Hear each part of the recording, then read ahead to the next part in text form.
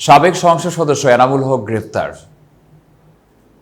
রাজশাহী ৪ আসনের সাবেক সংসদ সদস্য এনামুল হককে গ্রেপ্তার করেছে র্যাব।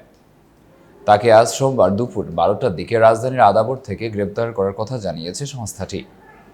র্যাবের আইন ও গণমাধ্যম শাখার জ্যেষ্ঠ সহকারী পরিচালক আনময় ইমরান খান গণমাধ্যমকে বলেন, ছাত্র জনতার আন্দোলনের সময় রাজশাহীর বাগমারায় হামলা ও হত্যা চেষ্টার ঘটনার মামলা হয়েছে। সেই মামলার আসামি এনামুল হক। ওই মামলায় তাকে গ্রেপ্তার করা হয়েছে। তার বিরুদ্ধে আইনগত ব্যবস্থা নেওয়া হচ্ছে।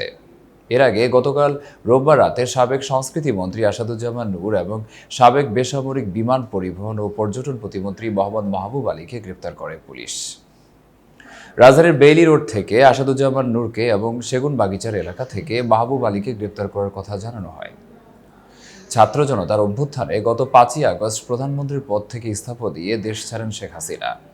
এরপর থেকে এ নিয়ে আওয়ামী লীগ সরকারের ২৮ জন মন্ত্রী, সংসদ সদস্য, উপদেষ্টা ও শীর্ষ পর্যায়ের নেতাকে গ্রেপ্তার করা হলো। এর মধ্যে সাবেক আইনমন্ত্রী আনিসুল হক, সাবেক প্রধানমন্ত্রীর বেসরকারি শিল্প ও বিনিয়োগ উপদেষ্টা সালমান এফ রহমান এবং জ্বালানি খনিজ সম্পদ ও বিদ্যুৎ বিষয়ক উপদেষ্টা তৌহিদ এলাহি চৌধুরী রয়েছেন। এতক্ষণ বার্তা বৈঠকের সাথে থাকার জন্য ধন্যবাদ। নতুন নতুন তথ্য ও সংবাদ পেতে বার্তা বৈঠক ইউটিউব চ্যানেল ও ফেসবুক পেজের সাথেই থাকুন।